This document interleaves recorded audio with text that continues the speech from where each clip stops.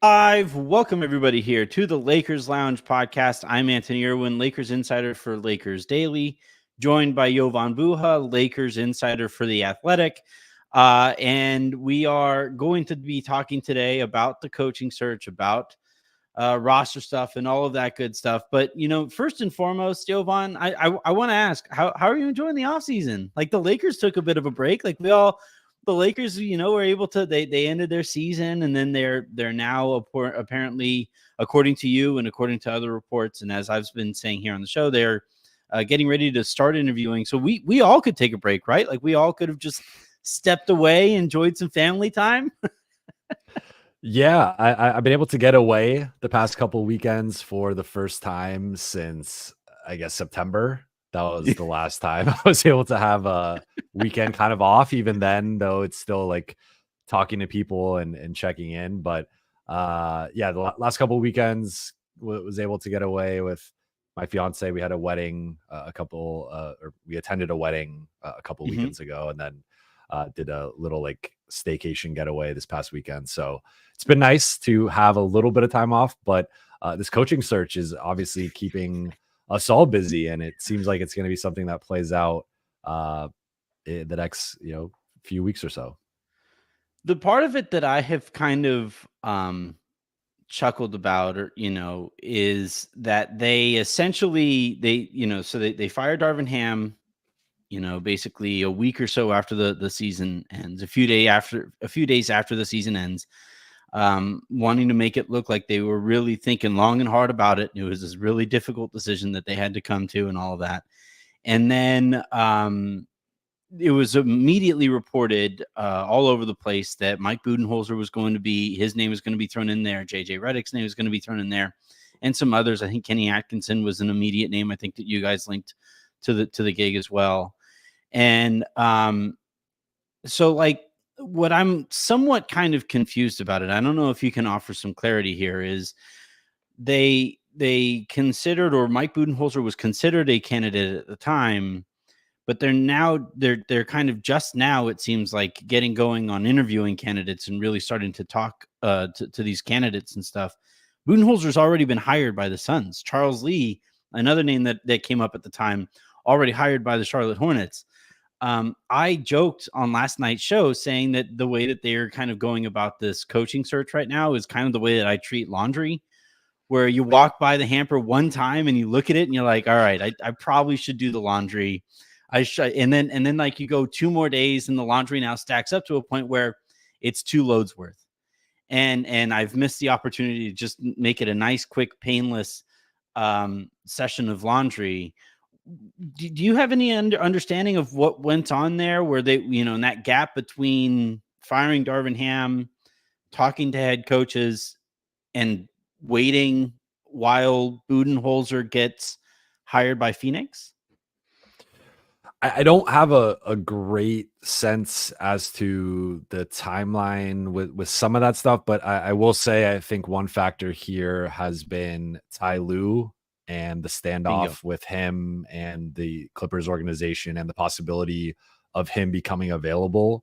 And if Ty Lue becomes available, he will immediately vault to number 1 on the Lakers coaching list. So I was told in very clear terms, if Lue was available, he'd be the head coach right now. It'd be done already. Yeah. So I think there's been a combination of like them doing their due diligence of wanting to cast a wide net with the coaching candidates, and some of these guys, again, like a David Adelman, a Micah Nori, like, they're still in the playoffs, and Micah Nori is like the co-head coach of the Minnesota Timberwolves right now. So in terms of like actual interview timing, they probably wouldn't be able to even interview those guys until after this Denver Minnesota series is up. And then Sam Cassell, similar thing, although like Charles Lee obviously just got the Charlotte Hornets gig, so maybe Boston is a little bit more open to him interviewing, although they can't just be losing their assistant coaches in the middle of a what they want to be a championship run. So then JJ, I think one thing that's gone under discussed with JJ is like he's set to be calling the finals, right? Like he's on the number 1 broadcast team at ESPN on the NBA side, and like they already lost Doc Rivers in the middle of the season to the Milwaukee Bucks. And I don't think they'd love the idea of losing, another one of their commentators to an NBA head coaching spot. So like, that's kind of a tricky situation in terms of like his timing with when is he interviewing? And let's just say hypothetically that the Lakers decide to hire JJ, is he able to join them immediately? Or is this a situation that gets dragged out where it's like, well, he's not going to be able to join until after the finals. And after the finals could be somewhere around like a week or so before the draft. And now all of a sudden, the Lakers are kind of rushing that process of, okay, here's the plan leading into free agency. Here's the plan leading into the draft. You have a lot of moving parts there of like, are they trading anybody on draft night? What are they doing with their pick? What are they doing with Bronny? Yeah, What's so happening with LeBron? Talk about with this. So like, there's a lot to play out. So I think Yeah. ideally, like you have that head coach in place at least a couple weeks before the draft.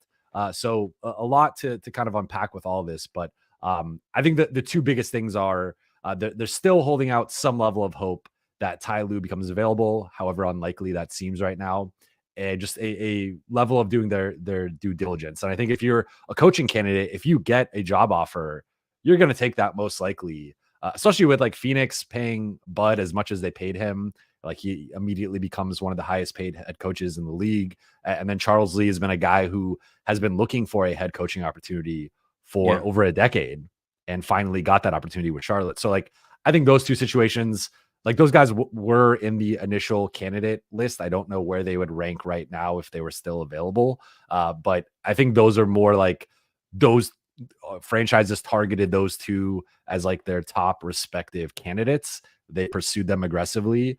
And because it's also a weird coaching pool where like Bud, outside of Bud, there's not many experienced head coaches, right? Like Borrego is like maybe at the top of the list, and he's coached like 4+ years. Kenny Atkinson's coached 4+ years. So I think just the Lakers are kind of trying to do their due diligence on all this and also holding out for Ty Lue. And I think that's ultimately the reason why they've been a little bit more patient with this pursuit.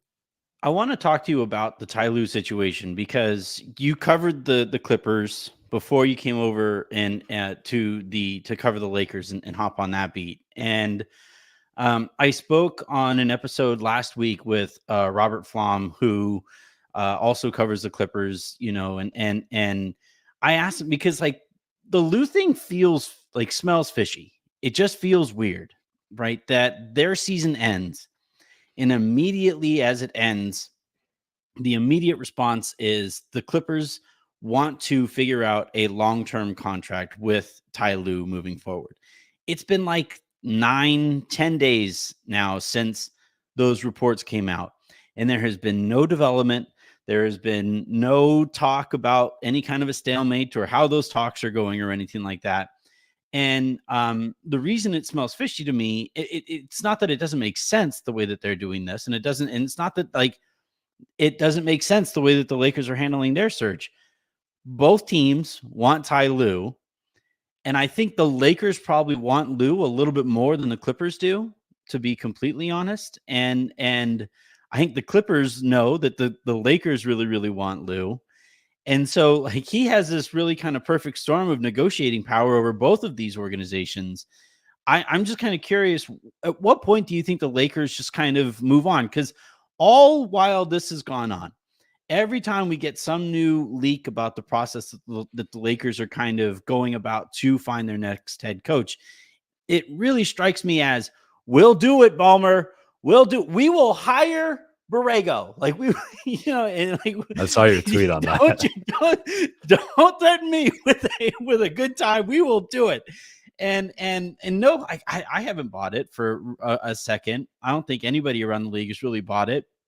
I think both teams are in this weird kind of stalemate where they want the other team to blink, where it's the Clippers wanting the Lakers to take a step forward in their coach search and move away from Lue, or whether it's the Lakers to, find out that the Clippers and Lue haven't been able to come to terms on their contract situation.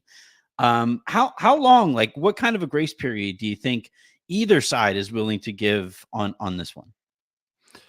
Well, I think the key factor here, or just a key fact that keeps, I think, getting overlooked when people have this conversation is Ty Lue is still under contract. He's not a free agent coach who is negotiating with the Clippers. He's obviously negotiating for an extension here, but if the Clippers do nothing, Ty Lue is still their head coach next year, unless he quits and gives up the money that he's owed, or they fire him. So I think that's a key distinction here. I feel like sometimes when I hear people talk about the Ty Lue situation, it's almost framed as if he's like, as if he's a free agent, but he's not a free agent, right? Like the key right here is that they're at a bit of a stalemate in terms of an extension and how long that extension would be, how much money that extension would be for. And I think Ty obviously getting interest from the Lakers probably helps that in terms of his leverage with the situation. But I think the Lakers are already starting to move on. I don't think they've fully moved on because again, as we are discussing here, if Ty Lue becomes available, he will immediately vault to the number one candidate on their list. But I think they're starting to, like, this is like the process is dragged out a little bit here, and they've been doing their due diligence and intel gathering on various candidates and talking to their head coaches if they're an assistant coach, or talking to different people from their coaching background. We haven't even mentioned that the Coach K is now advising and consulting the Lakers during this process. So talking to him through various things. So like they're been in the information gathering period with all of this. But I think now they're starting to they're starting to contact candidates. They're starting to ask teams for permission to interview candidates, and they're starting to schedule their interviews beginning this week, or scheduling the interviews this week, and for likely next week and beyond. So like they're already in the process of moving on. I think there's just some sliver of hope that Ty Lue somehow becomes available. But again, it would have to be a situation where it's like almost like a mutual parting of ways, where the Clippers firing him because he is under contract for next season. And even if the two sides don't agree to an extension, Ty Lue still has to coach one more year as the Clippers head coach, unless again he's willing to quit. Or I'm not really sure in the coaching contracts like what the stipulations are in terms of you quitting versus whatever. So because I don't know if there's like a non-compete if you quit, or how that works. But I mean, think non-competes are like, I think it's more the holdup. I think is that like they have to, if the Lakers do decide to really pursue Lue, like, because Lue doesn't want to coach as a lame duck next year, right? No head coach, especially a coach with a championship in their past, is going to be willing to coach with only that year left on his contract. That was the whole thing with Vogel. Was it was found out that he had that he was going to enter a season as a lame duck head coach, and the Lakers almost like begrudgingly offered him an extra year. And which was super weird to watch happen with a guy who had just won them a championship. It was like I'd never really seen anything like that. I don't think that the Clippers would go about it that way. I don't think that relationship is at the point between those two sides as like Vogel's was at times with the Lakers. But that said, if I'm the Clippers, I wait as long as I possibly can, and I see if I can maybe get a couple assets from the Lakers for Lue. Can you get a couple draft picks for him? I don't think, like I saw somebody say it would take a couple first rounders. Under no circumstance would the Lakers give up, any of their 3 first rounders, but a couple seconds, a pick swap or something like that for Lue. Could you see the Lakers going that route? They wouldn't be on, I guess they would be on the hook for Lue's, final year of that contract, and then would likely have to sign him to an extension. But that I feel like would be the last kind of stone that is left unturned right now.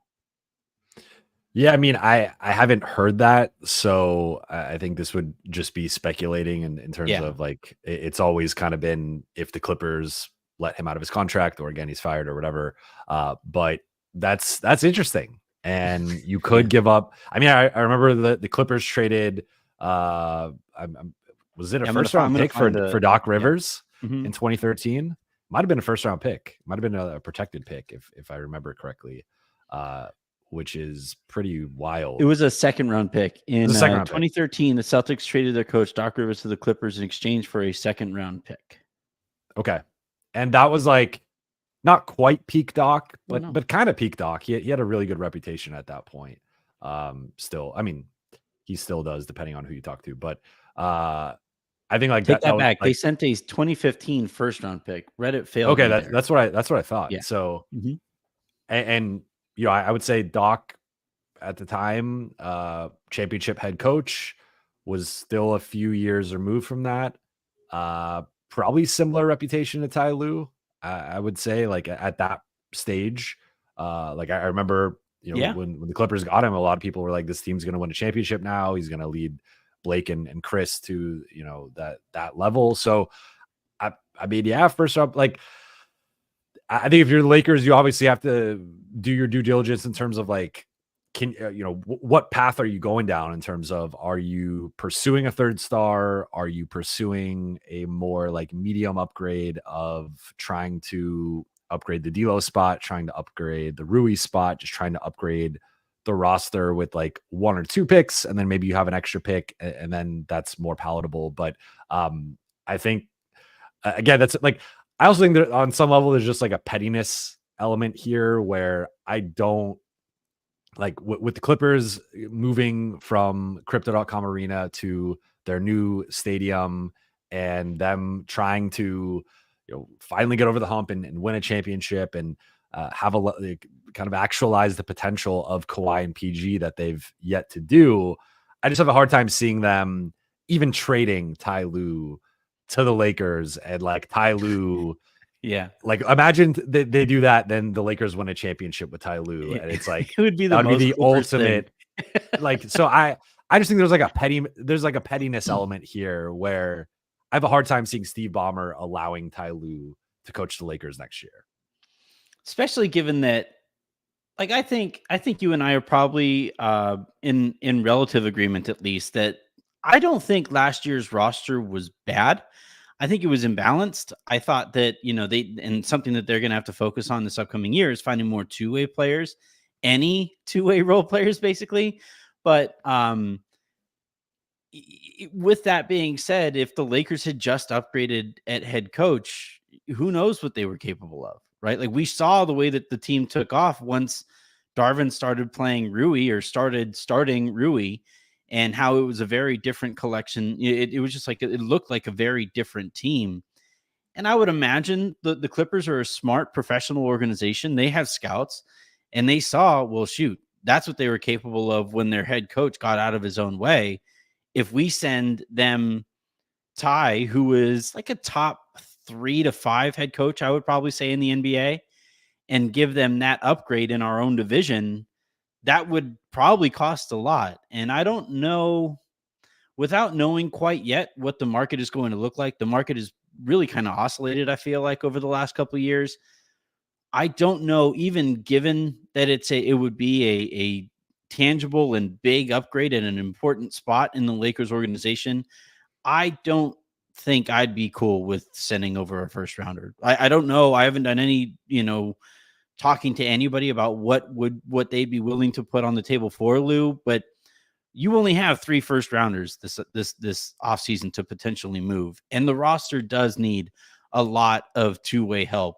And if you send over one of those first and give up that opportunity cost for a head coach, when you can get similar buy-in, I think, from LeBron by hiring JJ Redick, I tend to think that would not be an avenue that the Lakers would go down. But I certainly think it would be a conversation. It would be they'd be remiss not to have that conversation with the Clippers, just to see what the price would potentially be. And I think I'll say quickly, I think if you are giving up a pick, you would probably prefer to give up the 2024 pick once you have the clarity as to if you're going to have your 2024 or 2025 pick. Because I would not want to give up the 2029 or 2031 picks. At that point, AD is going to be 36 and 38. LeBron will theoretically be retired. And Maybe. who knows? I He mean, might who retire knows? after we do. Who Like, knows? And I mean, maybe you have a new star in there, as a sidekick or the lead star next to AD, but like I would not be like, I would not consider it with those two. I would maybe consider it with the 2024, yeah. but still, first round pick is a lot to give up. And it does, like, I think the bigger issue is it's not just like the opportunity cost of like giving up a first round pick in general and for a coach, but also just the opportunity cost of like what you are losing by, like, you only have 3 Yep. movable first round picks. And even if you're not going for if you're going for a star, you're going to need all 3 picks. If you're Yep. not going for a star, even then, if you want to do like 2 separate moves to, 2 picks for one guy, 1 pick for another guy, and maybe you can find a way to like dump Gabe Vincent or something in that deal to kind of get off that money and give yourself some breathing room against the first and second apron, then like you're kind of limited with that. So I Yeah. think for the Lakers, aside from even just like the somewhat ridiculous notion of giving up a first round pick for a head coach, I think there's also just like, it really limits your potential moves this offseason, be it a bigger move or a smaller move. Yeah. The type of upgrade that the Lakers need, first and foremost, would cost at least 2 first rounders. And then I would still say they need help beyond that. And that's where that third first rounder comes into play, Yeah. yeah, I would, I as much as I would like Lou, I'm cool with, bringing him in, and I'd be thrilled if they were able to bring him in without costing any asset, or second round assets, whatever. Like the Lakers buy those every draft anyway. But if it's a first rounder they would take, as it took with Doc back in the day, then that's probably off the table in my book. Uh, let's The JJ Redick conversation has been interesting because first and foremost, like you mentioned how Lou isn't a free agent right now. JJ Redick is a coaching free agent right now, but he's also probably one of the most coveted voices in NBA media. He has his own YouTube channel with over 1 million subscribers there. He is a growing presence at ESPN. He is really kind of taken off throughout this industry. The part of it to me is like the question I keep asking myself is there's no scenario here where the Lakers offer him the position and he's like, no, I think I'm good at this other stuff. Like, I think I'm really, I think I'm set here. It's already been like the whispers are out there that he was offered the Charlotte gig and actually turned it down. But there's no scenario here where the Lakers finally, they move on from Lou, they decide on Redick, they offer him the gig, and either because they lowball him like they did with Lou, or just because he just looks at his own opportunities away from coaching, he says, "No, I think I'll wait a little bit longer and see how much I can grow over here anyway."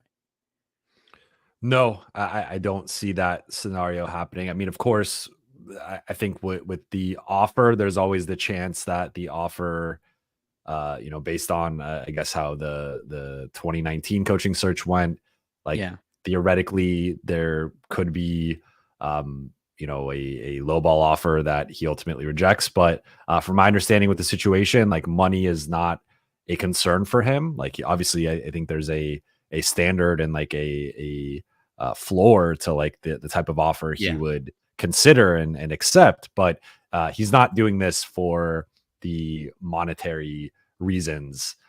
yeah, So because again, I mean, honestly, like there's a chance he's making more money in the media or has the chance to eventually make more money staying in media than he does potentially in coaching, which is how volatile the career is and how volatile the Lakers coaching yeah. position has been in over Coaching the last LeBron, and decade yeah, and yeah, all that. So like, I think for him, it's purely like he's been on record saying he wants to or is strongly considering being a head coach. So if he does get hired and he is the next Lakers head coach, it's largely because of that. And this is something that he's been working toward for several years now. But from my understanding, it's has nothing to like the money is, of course, always a factor, but yeah, and I think there's a baseline to a baseline in terms of offer. But I've also heard that the Lakers are have learned from their previous coaching mistakes in terms of lowballing with years and or annual value, and are trying to correct those mistakes. So of course we will see once they agree to terms with the coach, and once we find out what that contract looks like, what that monetary value looks like. Seems like most good coaches are going for at least $7-8 million a year, somewhere in that range. And then if you're a championship coach, you're hitting double digits. And then there's also Monty Williams. But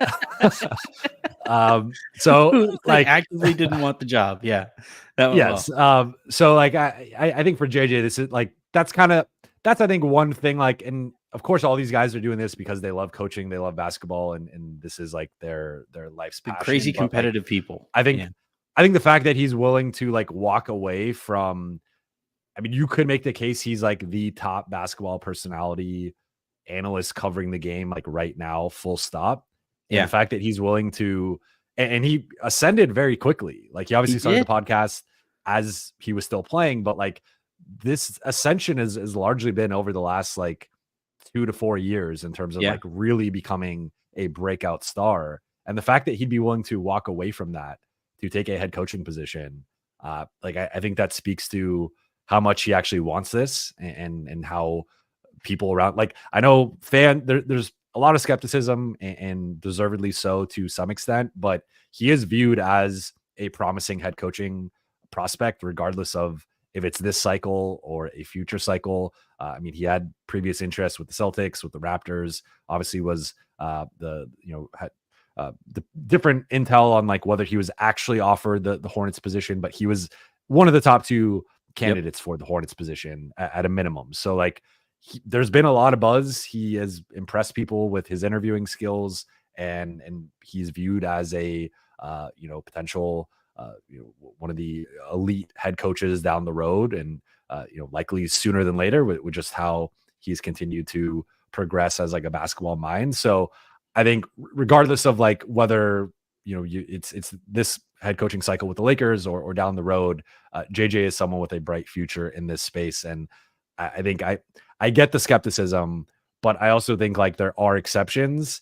And in my opinion, at least, like in just evaluating the situation and kind of like looking at anytime he's talked about basketball, like I tend to agree with most things he says. The delivery maybe isn't always the best, and he's been called arrogant, and I know sometimes his personality rubs people the wrong way. So, but I think he's a smart dude, and like he's really good at communicating. And if there's anything we learned with the previous coaching situation, like absolutely that was an issue at times. So doesn't mean that JJ is going to fix everything. It doesn't mean he's like the best coach among these candidates per se, but like I think there are a lot of boxes that he checks that are improvements upon the previous regime. And as the Lakers have kind of shown, going from Walton to Vogel to Darvin, they kind of have tended to overcorrect a bit in the direction of like what that coach was lacking. And I could see JJ with his ability to, I think he's going to win the press conference a lot. I think he's going to say a lot of smart things, and he's very organized, very structured, very disciplined. And those are all things I've heard behind the scenes the Lakers are looking for. So I do think, experience aside, and it is a big thing, I'm not trying to dismiss that. Like, I think he does check a lot of the boxes for a coaching prospect that you would be willing to take a chance on. Yeah, I've said this before on previous episodes, but the way that it's been kind of described to me is that the Lakers are essentially when they interview him, they'll be kind of hoping that he wins the interview, right? That he really wins them over on that. I also got a funny comment here from Pale Fox saying, "Podcast does not make you shit in my eyes. You're watching a podcast." Well, thank you. So unfortunately, Jovan, we aren't shit in Pale Fox's eyes. I think the thing though that like people overlook, and again, like I'm seeing, someone saying this is Pale Fox again saying this is like a JJ commercial. It's like I think like people are acting like he's just some random podcaster who's like getting a head coaching position. It's like this dude played 15 years in the NBA, which is hard to do, especially as a role player. Like most role players, a lot of times you like look at the guys who play 15 plus years in the league, and a lot of times it is stars who eventually phase into being a role player. Like JJ was a very good player for 15 years. Put that aside, whatever. But like, you know, I mean, I think you'd have to be naive to think he's not having conversations with people behind the scenes for years now. And he has Coach K and Doc River, and they don't have the best relationship, but like he's played for several notable, like historic coaches and has been picking the brains of these guys for years. And again, there's a difference between actually applying it and like talking about it and theorizing it and preparing for it. And I totally acknowledge that. I just think like people kind of act like he's just rolling out of bed, podcasting, and then being like, all right, I'm going to be a head coach now. And it's like, that's not how this works. He's been putting in a lot of work behind the scenes. Like, you know, it's not like the like Anthony brothers are like, Anthony's not interviewing here. But like, or actually, I don't know. Maybe you are. that'd be a hell of a development. But like, LeBron could have picked anybody to do his podcast with, right? Like when LeBron decided he was going to, you know, start doing a podcast, he had his choice of anybody. Everybody would have been falling over themselves to you know, be the person on the other side of that table holding that glass of wine, talking about basketball with LeBron James. And the fact that LeBron respects JJ enough to, you know, have him be in that spot. And also the content has been great. It's been really smart. It's been really intelligent. I thought it was really cool that he had JJ, you know, kind of draw up a play or that he drew up a play with JJ or whatever it was. Like I especially while there were all of the instances of Darvin trying to draw up a play going viral for his inability to do so. But like, I just think, like, here's the thing about the head coaching search or whatever. If you would have told if we were having this conversation back when Pat Riley was promoted to head coach of the Lakers during the Showtime era, people would have lost their mind. You had Bill Sharman in the organization at the time. You had Jerry West in the organization at the time. You had Pat Riley was this complete unknown guy who moved from, you know, calling games alongside Chick Hearn to then being an assistant coach, and then rapidly, you know, kind of vaults up and gets that opportunity there. And he winds up being a key figure in Lakers and NBA history, not only rising from color commentator to assistant coach to head coach, and then now becoming one of the best executives in league history. We don't know how leadership works. Like the thing, like it's a completely intangible thing.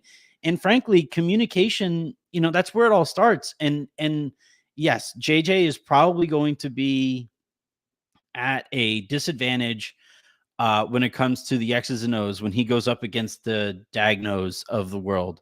And when he goes up against, you know, that type of coach with that type of background. But you can hire an X's and O's guy.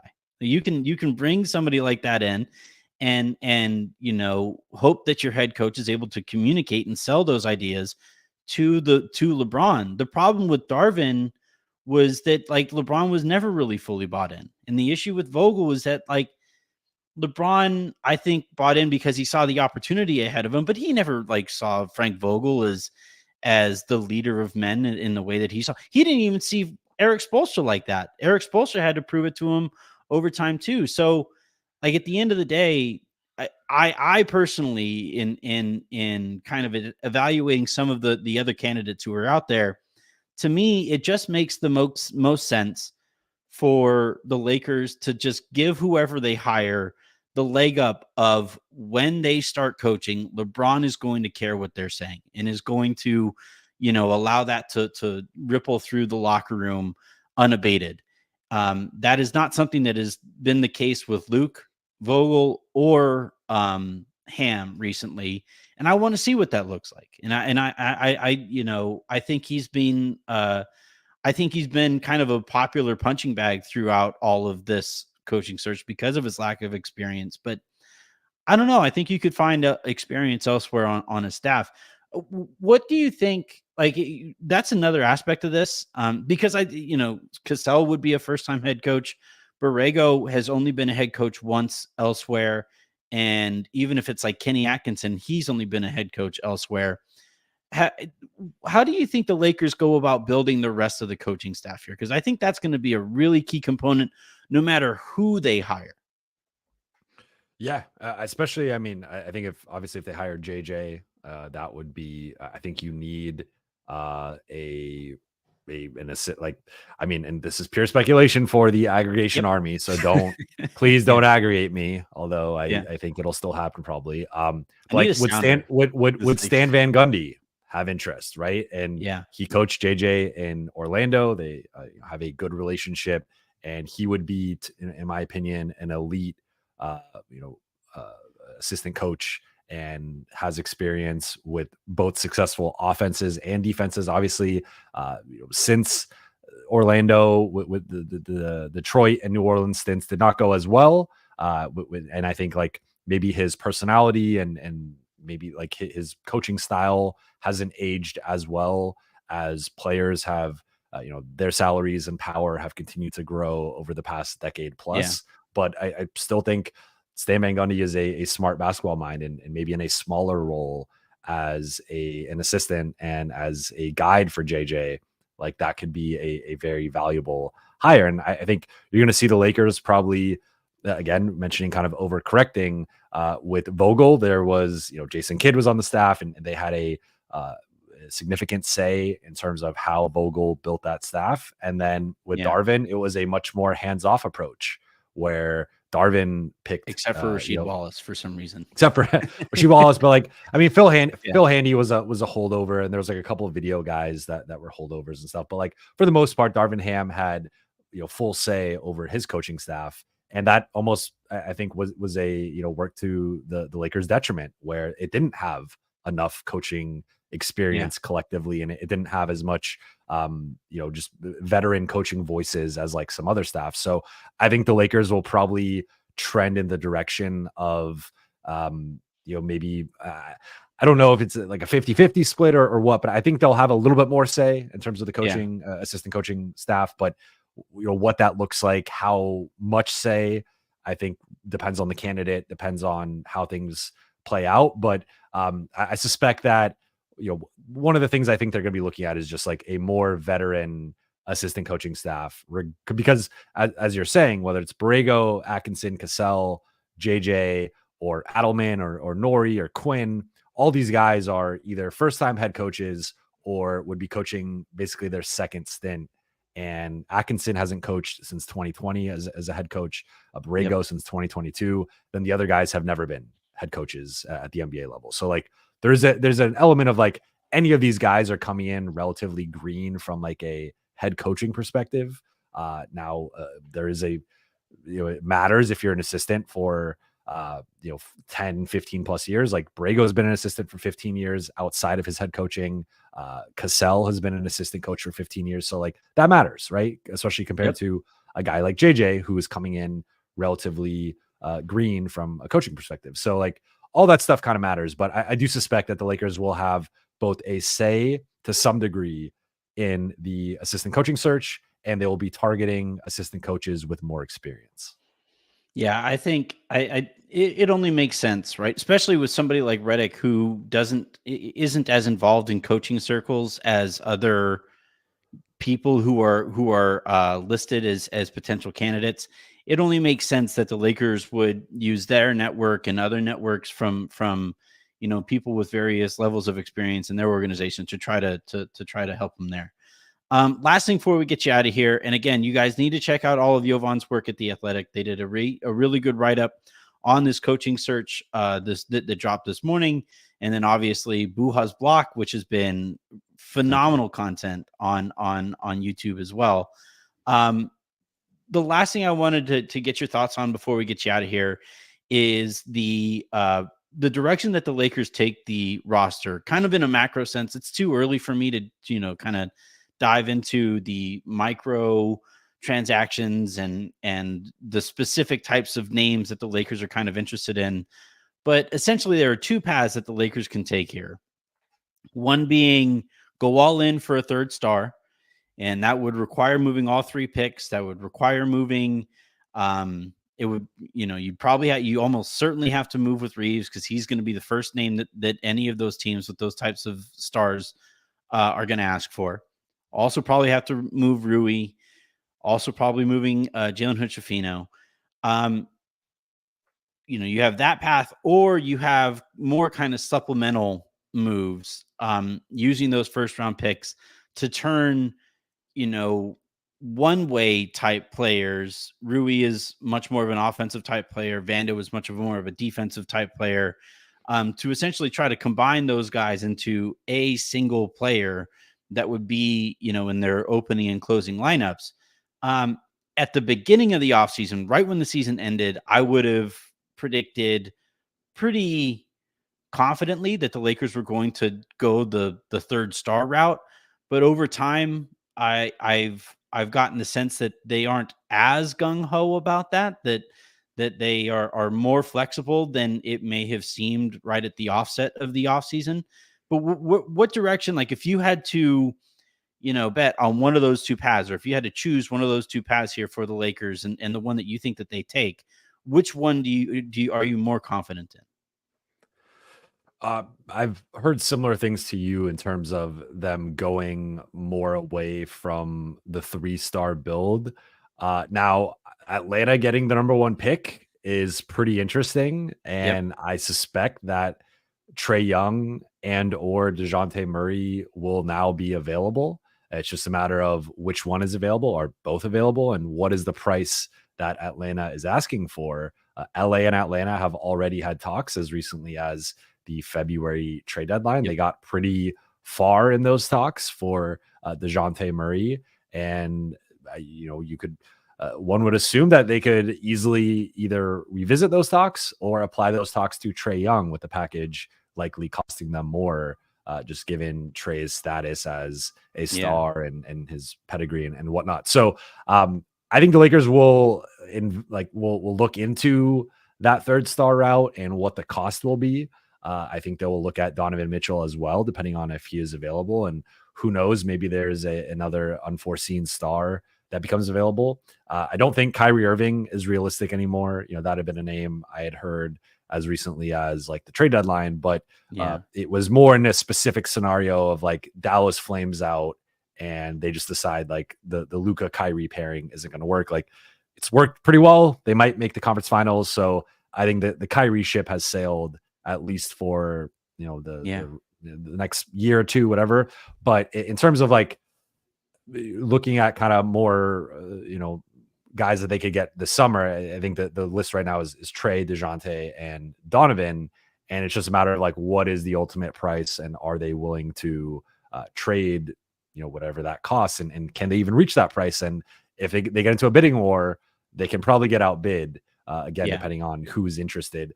The other factor here is D'Angelo Russell and his player option, because if he opts in, he can be traded, and all of a sudden you have that $18.7 million expiring contract. If he opts out, then all of a sudden you're either losing him for nothing, you are sign and trading him somewhere, or you are re-signing him, at which point he cannot be traded, depending on if they use bird rights, and which they likely would, but like depending on like if it's over 100 or around 120% or more of his salary from the previous season, which I don't think it would be, but like the complicated stuff in terms of like, can he be traded December 15th or January 15th? So like basically there are some scenarios in which like they can't trade D'Lo, they either lose D'Lo or they can't trade him, at which point you are losing that asset in terms of being able to move that asset. So realistically, looking at like what they can move, it's Austin, Gabe, Rui, and Vando, and JHS, but I'm talking more like mid-size salary. So those are kind of like the 4 pillars of any potential trade for a star, or even a significant trade for a starter level guy. It's going to have to be at least a couple of those guys. And LA is obviously going to fight to keep Austin. They don't want to trade Austin. They love Austin. Ideally, they, for them, it would be getting a 3rd star and keeping Austin, or getting significant upgrades and keeping Austin. So that's going to be a pivot point for them. But if I had to pick, I would say more likely to kind of your point, like it's upgrading the D'Lo spot. Can we get someone who's a bit more consistent, a bit of a better defender, a bit of a better fit next to Austin? Or can we upgrade the Rui/Vando spot as the fifth starter? And can we get more of a two-way guy who can space the floor and attack like Rui, but can also hold their own defensively and be more of like that wing stopper? Those guys aren't cheap. That's a hard positional archetype to find. The Lakers tried to get it at the deadline. They couldn't. So I think it's between those two. I would lean more toward a marginal upgrade, but I do think that they're going to make some type of move. And I think they are going to look into the 3-star build. It just might be, it depends like which players Atlanta giving up. Is Donovan Mitchell even available? Or is Miami swooping in, right? Or there's different scenarios, different ways it could play out. But I think they're going to at least kick the can down that road. I just don't know how far they'll get down it. Yeah, I the reason I bring all of that up is because you had LeBron attend that playoff game in Cleveland, and it made me laugh out loud when I saw it. Like he's like incapable of doing anything quietly, and he immediately gets a standing ovation there, right? And it becomes a story of its own. And I took it to mean essentially, as on top of just wanting to go and see a game apparently in Cleveland because he hasn't seen enough of those. I took it to mean like, another quick reminder, like, hey, if you guys don't do enough to fix this roster, I'm still pretty popular here in Cleveland. Like just a quick, you see all of this. I helped build this thing. And if the roster isn't kind of upgraded to his liking, and frankly, this is another thing that like I've seen Lakers fans get really frustrated that it could potentially be that.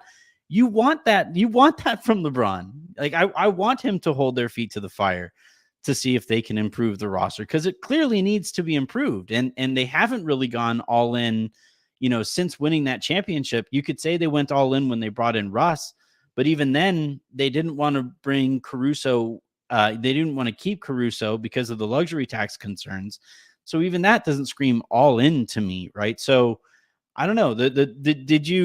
What did you take from LeBron being in Cleveland for that playoff game?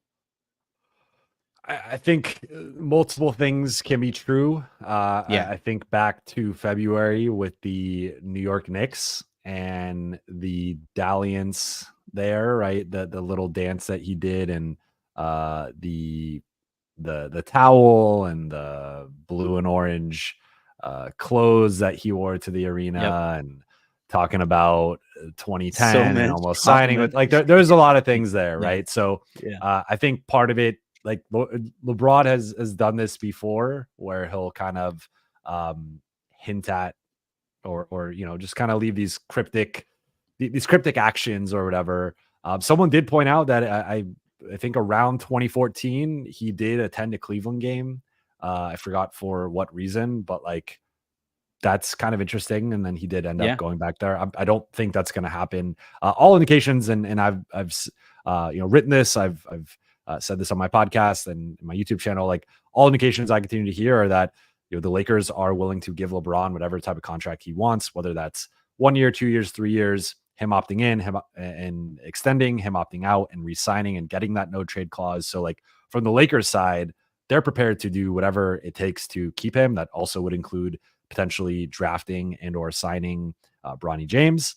And then from LeBron's side, the indications are he still wants to remain in LA and retire a Lakers. So I think all signs are pointing toward him staying in LA. It's just a matter of, again, 1 year, 2 years, 3 years, and is he opting out or is he opting in?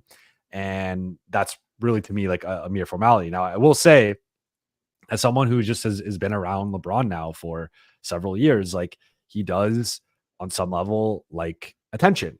And I don't say that as a pejorative. I know it can be taken that way, but so we often interview like LeBron and AD right next to each other post game in the locker room, and we'll interview LeBron first and we'll go to AD second. And oftentimes LeBron will be talking to another reporter or talking to a teammate or whoever, or maybe, there's someone else that he's friends with in the locker room or whatever, and like he'll have a loud conversation and just be like yelling things out, and some of that stuff's gone viral, and Yeah. people have reported it or clipped it or whatever. But like he loves to do that while AD's talking, and on some level, I think he's just kind of like that's part of his personality, and he just kind of has a playful kind of like loud extroverted personality. But on the other end, I think sometimes he likes the attention, and he likes us interviewing AD and kind of like looking over at him and like, what's he saying? What's he talking about? Earlier in the season, he had a interaction where like they were watching USC play, and he was talking about Bronny and how Bronny could play for the Lakers. And so like I think that's like just part of his personality is like LeBron to some extent kind of likes the attention. And if he can sit courtside at a Cleveland game and get some attention off of it, like, and again, I don't say that in a pejorative sense. Like I just mean like this dude's been in the spotlight since he was 15, 16 years old. On some level, like that is part of his identity. And I think like he sometimes likes getting that attention. So I kind of more chalk it up to that. But I do think there's certainly an element of like, hey, if you guys aren't like, you guys got to hire a coach before I decide on my player option. You guys have to go through the draft and make a move potentially before I decide on my player option. Like, just make sure you do what's in the best interest of the team and what you think I want you to do. So I think that those are all kind of factors within all this. Yeah, I just the way that I think is the smartest way to go about figuring out what's going on with LeBron is it's never just the thing that he's doing, right? It's never as simple as just the thing that he's doing there. And once you kind of figure that out, once you, like you've said, you've utilized the experience of being around him enough, you can kind of predict some of what he intends by some of it. Really quickly, BG the Kid writes, is LeBron Def coming back? Brett Brown would be a good head coach. He won't do that though. His accent is cool AF.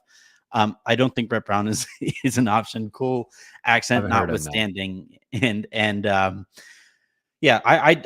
also the Lakers have been really clear. They think he's coming back, and it's just a matter of what that contract looks like. But hey, thank you very much, Jovan, for hopping on here. Again, you guys need to check out. Look, Jovan has had an incredible, like we talk about JJ's ascension, but like your coming into form on the beat has been really, really cool to watch. Great written stuff, great audio and video stuff as well. Thanks very much for hopping on, man. You can check out all of it at The Athletic, Buha's block, his Twitter at Jovan Buha, his socials across all of socials is also Jovan Buha. And yeah, man, I look forward to talking to you more over the course of the off season. Appreciate you having me on, man.